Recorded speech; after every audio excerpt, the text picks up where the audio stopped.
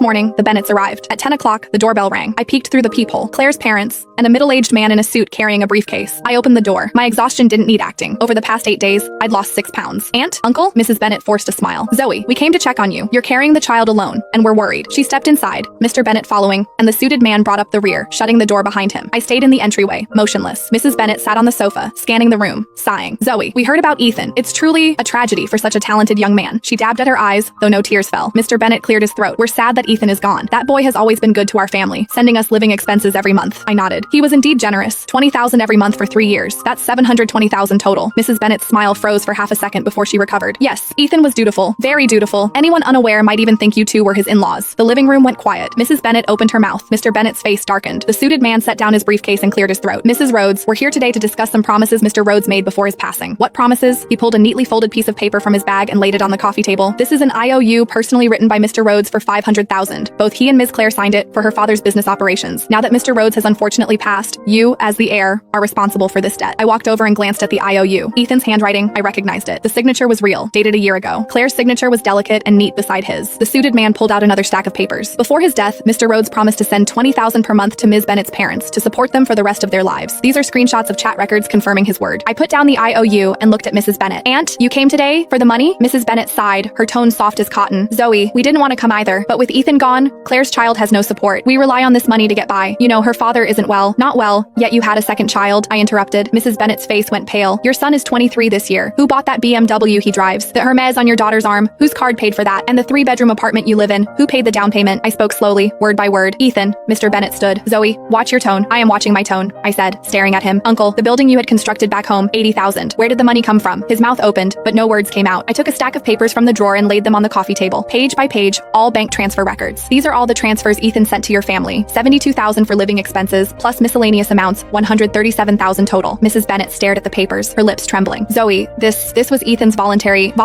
I nodded. Then go ask him for it. The living room fell silent again. The suited man cleared his throat. Mrs. Rhodes, even if these transfers are accurate, it does not affect the legal validity of the IOU. As the heir of Mr. Rhodes's estate, as the heir, I interrupted, I have the right to first divide the marital property. Once divided, this money is mine. Besides, I also have a legal question for the attorney. I looked at Mrs. Bennett, voice low. Over the past 3 years, your family received $137,000. Does that count as unjust enrichment? Mrs. Bennett went completely pale. Mr. Bennett stood, pulling her toward the door. I leaned against the sofa, hands on my belly. My heart was racing, not from fear, but excitement. Mom, tomorrow your husband will be back. He's not my husband anymore. Right, tomorrow that dead man will be alive again. I picked up my phone and glanced at the calendar. Day 14. He's supposed to be back.